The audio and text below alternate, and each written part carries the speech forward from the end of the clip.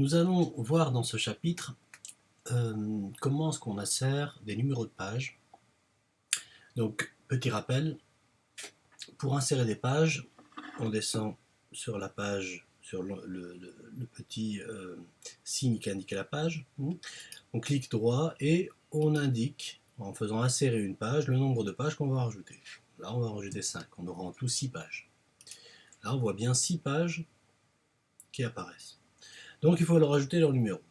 Alors, on peut les ajouter un par un, faire une zone de texte, mettre un numéro sur une page, sur la 2, voilà, et mettre le numéro de page à l'endroit où on veut. Mais ça veut dire qu'il faut le faire pour toutes les pages, et que si on décide de mélanger les pages, c'est-à-dire que si je prends la page 2 et que je la mets à la fin et qu'elle devient la page 6, et on voit que la page 6 est intitulée page 2, donc ça ne va pas. Ça ne va pas. Alors il y a un petit truc très, très simple, c'est d'aller sur Insertion, Numéro de page. Lorsque vous cliquez, vous avez ici l'indication de la position du numéro, en haut de la page ou en bas de la page. On va choisir par exemple de le mettre en bas de la page. L'alignement à droite ou à gauche. On va choisir de le mettre à droite. Vous avez le choix de le mettre au centre si vous voulez. Nous, on va décider de le mettre à droite. Et si on fait OK, vous voyez qu'on a le numéro 6 qui est indiqué ici. Et puis, si on change de page, automatiquement, le numéro a changé. Jetons un aperçu rapide sur l'ensemble des pages. On a 6 pages et vous voyez bien que sur la première page, on a un petit 1, la deuxième, troisième, etc. Ça s'est fait automatiquement. Voilà pour le numéro. Mais c'est dommage de s'arrêter en si bon chemin, parce que ce que nous recherchons, nous, c'est d'avoir quelque chose de joli, d'agréable à regarder, une mise en page qui soit sympa. Alors ce qu'on va faire, c'est que on va double-cliquer sur cette petite zone qui est la zone de bas de page. Regardez ce qui se passe. Le fond qui était gris est devenu jaune. Et puis vous voyez apparaître ici, en tête et pied de page, ce petit menu, avec ici l'insertion du numéro de page. Ici, vous avez la possibilité d'insérer la date. Ici, vous avez la possibilité d'insérer l'heure. D'accord ? Et ici, vous avez la possibilité de basculer du bas de page au haut de page. Nous reviendrons tout à l'heure sur ce à quoi peut servir le haut de page. Revenons au bas de page. Si on regarde en détail ici, on voit un petit dièse. Ce petit dièse correspond au numéro de la page. C'est normal qu'il soit indiqué ici simplement dièse parce que pour l'instant, nous ne sommes sur aucune page en particulier. Alors, on va s'amuser avec cette petite zone. D'abord, on va commencer à la déplacer. Par exemple, on peut la mettre un peu plus bas, cette zone. Et puis cette zone, on peut la mettre en couleur. Hop, je vais choisir couleur de remplissage, orange. Elle devient orange. Le petit dièse en question, on peut s'amuser à le grandir, à le faire un peu plus grand. Voilà, il est tellement grand là qu'il dépasse de la zone. Je vais agrandir un peu la zone. Voilà.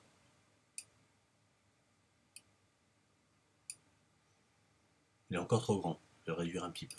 Voilà. Je peux m'amuser à faire dépasser la zone de la page. Il est en noir, je peux le mettre dans une autre couleur. Je vais choisir une couleur, allez, un peu neutre, du blanc simplement. Voilà. Et puis on peut s'amuser aussi à choisir une police de caractère différente des polices de caractère habituelles. Et là on peut s'amuser. Qu'est-ce qu'on peut On peut essayer.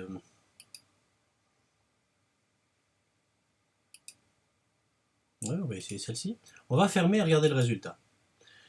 Voilà notre petit chiffre qui a changé de look. Et si on regarde les aperçus avant impression,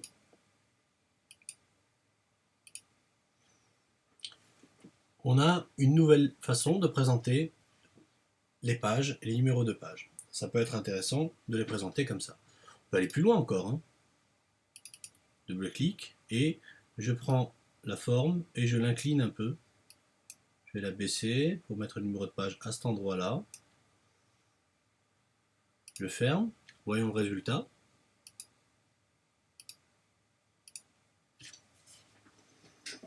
une façon de présenter les pages qui pourrait être agréable à regarder.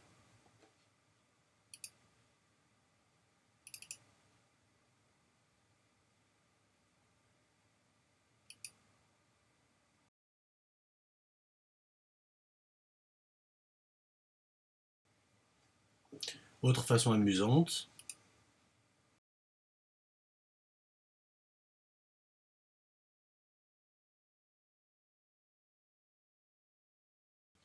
encore une autre possibilité, on peut faire ce qu'on veut.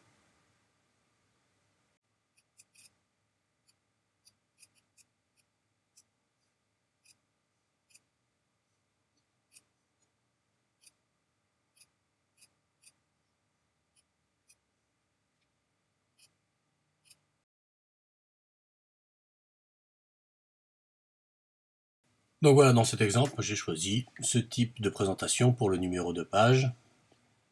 Et à chaque fois que j'insérerai des pages et qu'on changera, le numéro changera automatiquement.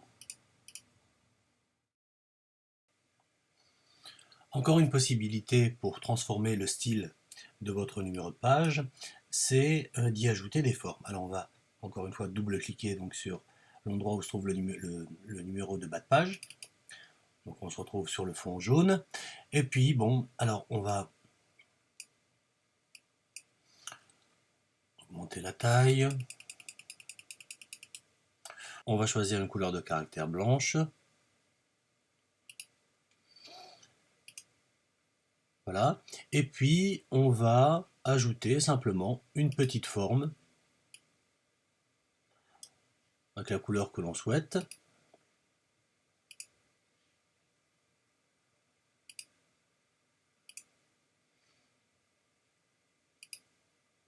On élimine le trait de contour et on va la placer à l'arrière-plan, comme ceci.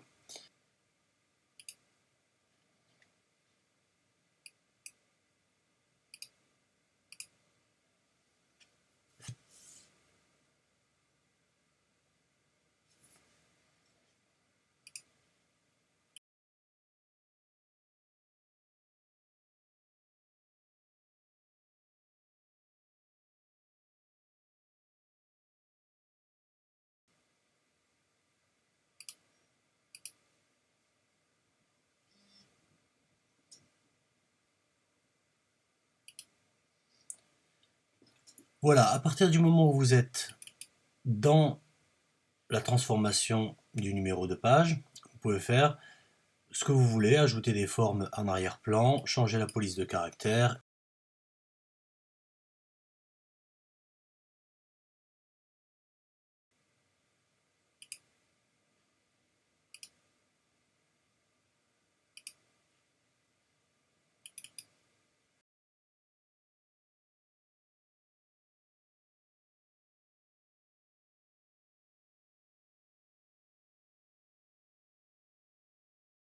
Bien, double-cliquons à nouveau et cliquons ici pour aller en tête de page.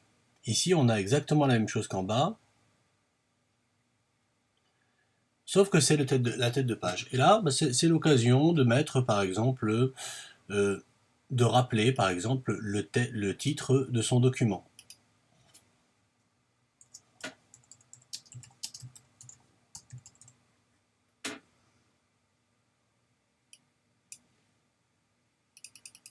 Et puis peut-être aussi le nom de son auteur.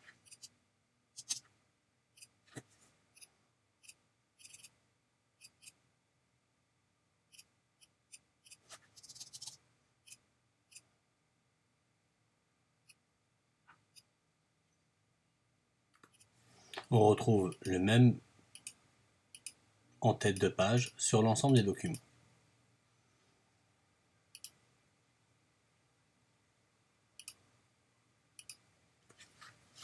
On va avoir une présentation de ce genre assez facilement, assez rapidement. Imaginons que nous voulions supprimer des pages. On en a trop. Il faut cliquer une par une et supprimer les pages en question.